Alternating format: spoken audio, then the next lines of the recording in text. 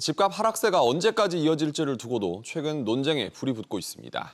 언제까지 또 얼마나 떨어질지를 두고 의견이 다양한데요. 집을 언제 사는 게 좋을지 전문가들 얘기를 듣고 온 정광윤 기자와 알아보겠습니다. 우선 의견들이 제각각일 것 같은데 공통적으로 하는 얘기가 있을까요? 네, 일단 상당수가 지금은 아니라고 얘기를 하고 있습니다. 금리 인상 추세를 감안할 때 최소 내년 상반기까지는 하락세가 이어질 가능성이 높다는 건데요. 네. 하락폭이 얼마나 될지를 두고는 의견이 분분합니다. 폭락 가능성이 있다는 얘기도 있고 서서히 내려갈 거라고 보는 경우도 있는데요. 둘 다 들어보시죠. 네. 지금 다중채무자가 400만이고 금액이 600조인데 위기가 온 순간부터 폭락이고 그럼 이따 2, 3년 가고요 무조건. 지금 거래 부진이나 조정되는 속도로 봐서는 단기 급락 장세는 아니라는 거죠. 서서히 조정 구간이 길어지는 상황이 될 가능성이 좀 더 많아 보여요.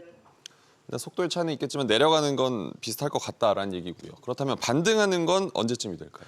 섣불리 점치기가 어렵다는 의견들이 많습니다.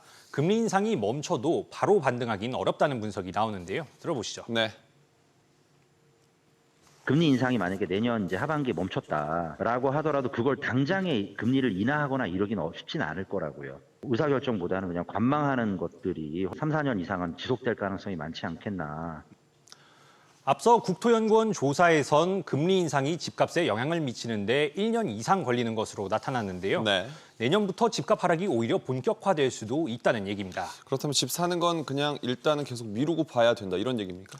마냥 기다리는 게 능사는 아니라는 얘기도 있습니다. 하락세가 얼마나 갈지 예측하기 어려운 상황에서 오히려 때를 놓칠 수가 있다는 건데요. 네. 특히 다주택자가 아니라 실거주할 목적이면 더 그렇습니다.